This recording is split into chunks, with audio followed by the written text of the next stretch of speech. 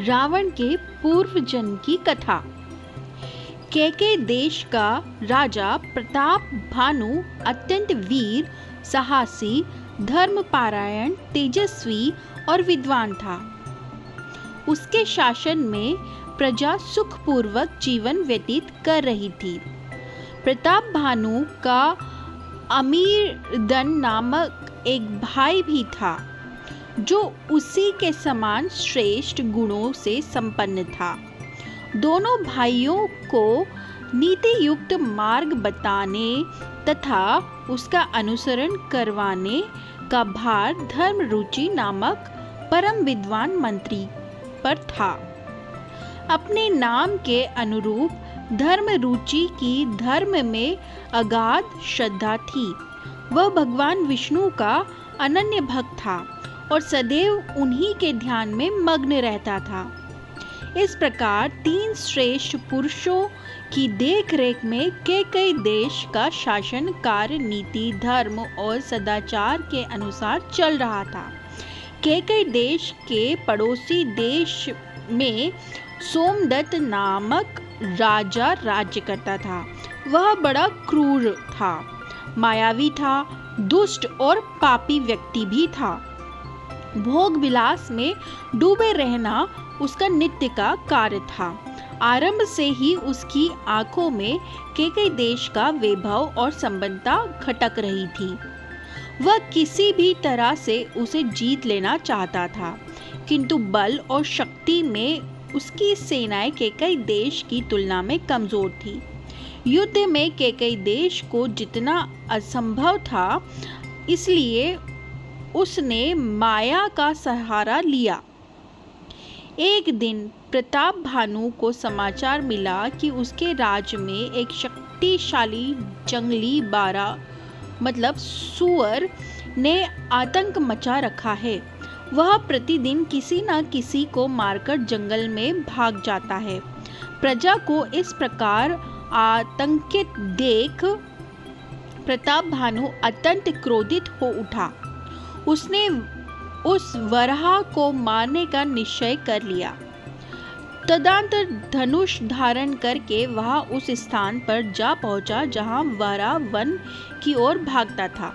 2 दिन प्रतीक्षा करने के बाद प्रताप भानु को वराह दिखाई दिया।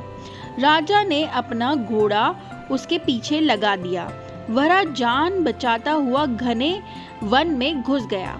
प्रताप भानु भी उसका पीछा करते हुए वन की ओर चल पड़ा। आज वह किसी भी तरह वराह को मार डालना चाहता था। इसी बीच वह अपने सैनिकों से बिछड़ गया। वन के बीचों बीच पहुंचकर वराह आंखों से ओझल हो गया और प्रताप भानु भूख प्यास से व्यथित होकर इधर उधर भटकने लगा। सहसा उसे एक कुटिया दिखाई दी। कुटिया के प्रांगण में एक साधु हवन कर रहा था। उसे देखकर जैसे प्रताप भानु की जान में जान आई। उसने साधु के पास जाकर अपना परिचय दिया। साधु ने प्रताप भानु को खाने के लिए फल दिए। तदंतर वन में आने का कारण पूछा। प्रताप भानु ने सारी घटना कह सुनाई। तब साधु उपदेश देते हुए बोला, राजन, आपके प्रताप से कौन परिचित नहीं है। आपकी श्रेष्ठता का गुणगान तो देवलोक में भी किया जाता है। प्रजा की संतुष्टि से ही स्पष्ट हो जाता है कि आप एक कुशल शासक हैं। आपके नेतृत्व में ही केकई देश महानता का शिखर पर विराजमान है। यह धरा भी आपको पाकर धन्य है राजन। अब वह भयंकर बराह आपके राज्य की ओर कभी नहीं आएगा। मैं अपने तप बल से उसे स्वयं ही मार डालूंगा। आप निश्चिंत रहे।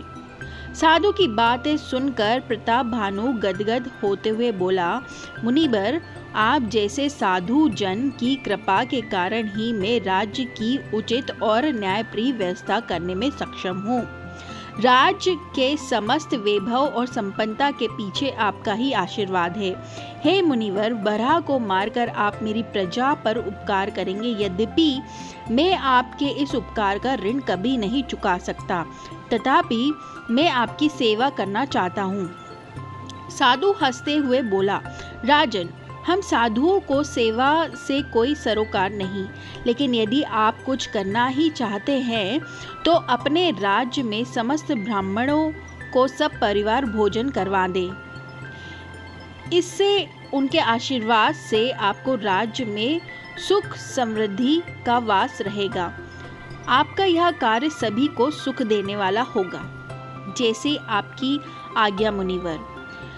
अब आप पुरोहित बनकर मेरे साथ चलने का कष्ट करें, जिससे मैं अति शीघ्र इस पूर्ण कार्य को संपन्न कर सकूं। प्रताप भानु ने कृतज्ञ शब्दों से कहा। साधु थोड़ा सा बौखलाते हुए बोला, नहीं नहीं राजन, सामाजिक बंधनों से विमुख हुए मुझे अनेक वर्ष हो गए हैं।